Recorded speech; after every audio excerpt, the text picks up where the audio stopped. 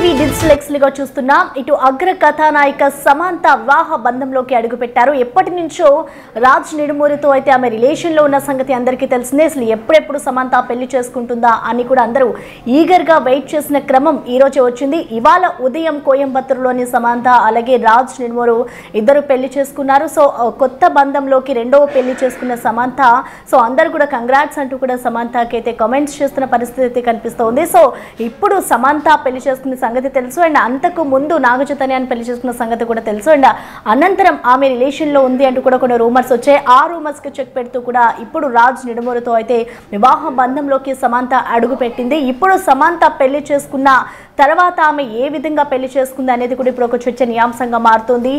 భూత వివాహం అనేది కూడా ఇప్పుడు ఒక చర్చనీయాంశంగా మారుతుంది. అండ్ ఆ భూత పర్సన్ ఎవరు, ఆ భూత వివాహానికి సంబంధించి ఏంటి అనేది కూడా ఇప్పుడు ఒక చర్చనీయాంశంగా మారుతుందని చెప్పుకోవాలి. సమంత రాజుకు శుభాకాంక్షలు తెలుపుతూ కూడా ఇటు ఈషా ఫౌండేషన్లో ఇవాళ ఉదయం సమంత అలాగే రాజ్ నిడుమూరు ఇద్దరు కూడా వివాహ బంధంలోకి అడుగుపెట్టారు.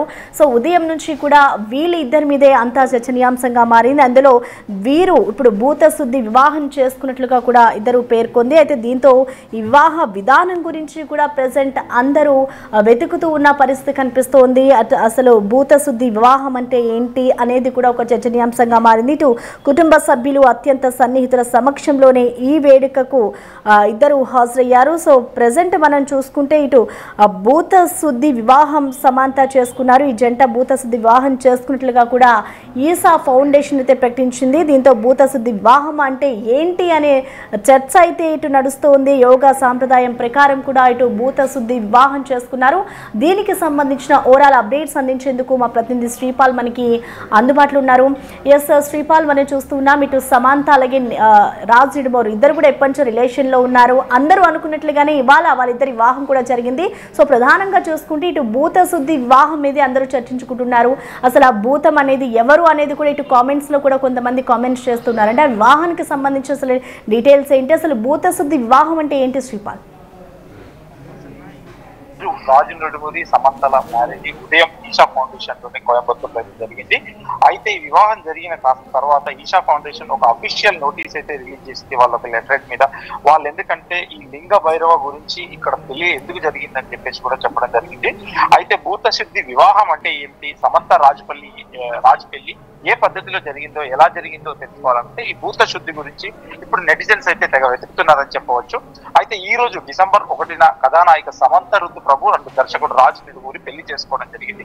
ఈ జంట కోయంబత్తూరులోని ఈషా యోగా ఆధ్యాత్మిక కేంద్రంలో వివాహ బంధంతో ఒక్కటవడం జరిగింది. భూత శుద్ధి వివాహం చేసుకున్నారు.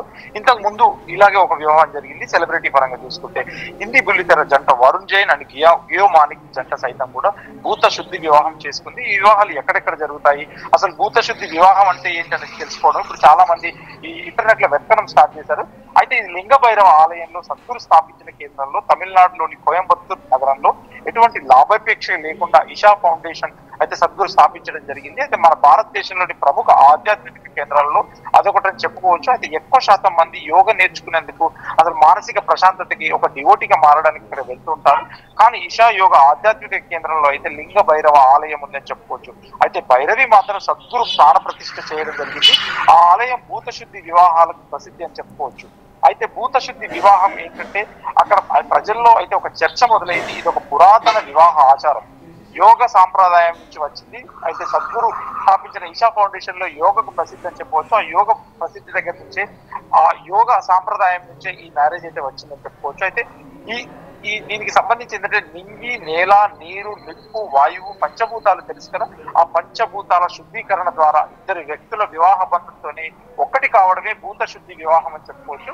అయితే ఈ క్రతువులోని వధూవరుల దేహాల్లోని పంచభూతాలను శుద్ధి చేయడం జరుగుతుంది. ముందుగా స్త్రీ పురుషుల మధ్య మానసికంగా భౌతికంగా లోతైన బంధాన్ని ఏర్పరచడమే దీని లక్ష్యం అని చెప్పుకోవచ్చు. అయితే ఇద్దరు వ్యక్తుల మధ్య లోతైన మరియు భౌతిక బంధాన్ని సాధించడమే దీని ముఖ్య ఉద్దేశం భూత వివాహం. ఉచ్ఛ్వాస నిశ్వాసాలకు అతీతంగా ప్రాణ మరణ భయాలకు ఆందోళనలకు దూరంగా భావోద్వేగ ఆలోచనలకు తావు లేకుండా లింగ భైరవి అనుగ్రహంతో నిర్వహించే వివాహ క్రతువు భూత శుద్ధి వివాహం అని చెప్పుకోవచ్చు. అయితే కోయంబత్తూరులోని ఈషా ఫౌండేషన్ లేదా అక్కడే జరిగిన అది తమిళనాడు ప్రాంతంలోని ఎంపిక చేసిన కొన్ని ప్రదేశాల్లోని ఈ వివాహకరతువు అయితే ఇప్పటికీ జరుగుతున్నాయని చెప్తున్నారు. అయితే సమంత వారికి సెలబ్రిటీస్ తో పాటు పలువురు సామాన్యులు సైతం ఈ పద్ధతిలోనే చాలా మంది వివాహాలు చేసుకున్నారు. వీళ్ళు సెలబ్రిటీ పరంగా ఈ రోజు ఇది రెండో వివాహంగా చెప్పుకోవచ్చు మనము. సమంత ఎందుకంటే అక్కడ భూత శుద్ధి వివాహం చేసుకోవడం ద్వారా గతంలో ఆమెకు జరిగిన అనుభవాలు చెప్పుకోవచ్చు. దాని ద్వారా ఇప్పుడు ఈ వివాహం అయితే భూత శుద్ధి వివాహం చేసుకోవడం ద్వారా హ్యాపీగా ఉందని చెప్పుకోవచ్చు. రాజు నిడుమూరి సమంత డిసెంబర్ 1న ఈ రోజు ఉదయం 7 గంటలకు ఈషా ఫౌండేషన్ ఆధ్వర్యంలో అయితే పెళ్లి జరిగిందని Prasanna. Right, thank you Sripal.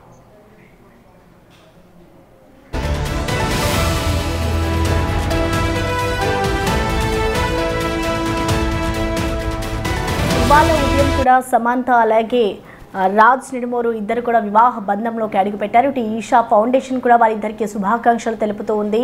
So భూత అనే దీంతో ఒక పద్ధతి ప్రకారం వాళ్ళిద్దరు కూడా ప్రేమ పెళ్లి వివాహం చేసుకున్నారు. అంటే ఇద్దరి మధ్య ఏమైనా ఈగోస్ ఉన్నా వాటన్నిటిని అధిగమించి నీరు నిప్పు అంటే పంచభూతాలు అంటారు కదా, వాటన్నిటిని తీసుకొని వాళ్ళు ఈ వివాహం చేసుకోవడంతో కూడా ఇప్పుడు వీళ్ళిద్దరి మధ్య బంధం ఏ విధంగా ఉండబోతుంది అంటే గతంలో ఎప్పుడైతే సమంత ఇటు నాగచైతన్యని పెళ్లి చేసుకుందో దాని తర్వాత వారిద్దరికి విడాకులు అయ్యాయో మళ్ళీ ఇప్పుడు కొత్త బంధంలోకి అడుగు పెట్టారు. కాబట్టి మళ్ళీ అలాంటి సిచ్యువేషన్సే రాకుండా ఇటు ఈషా ఫౌండేషన్ పెళ్లి ముందుగానే వాళ్ళిద్దరి మధ్య ఎలాంటి బంధం ఉంది అనేది కూడా చూసుకొని ఆ తర్వాత వీళ్ళిద్దరు కూడా వివాహం చేసుకున్న పరిస్థితి అయితే కనిపిస్తోంది.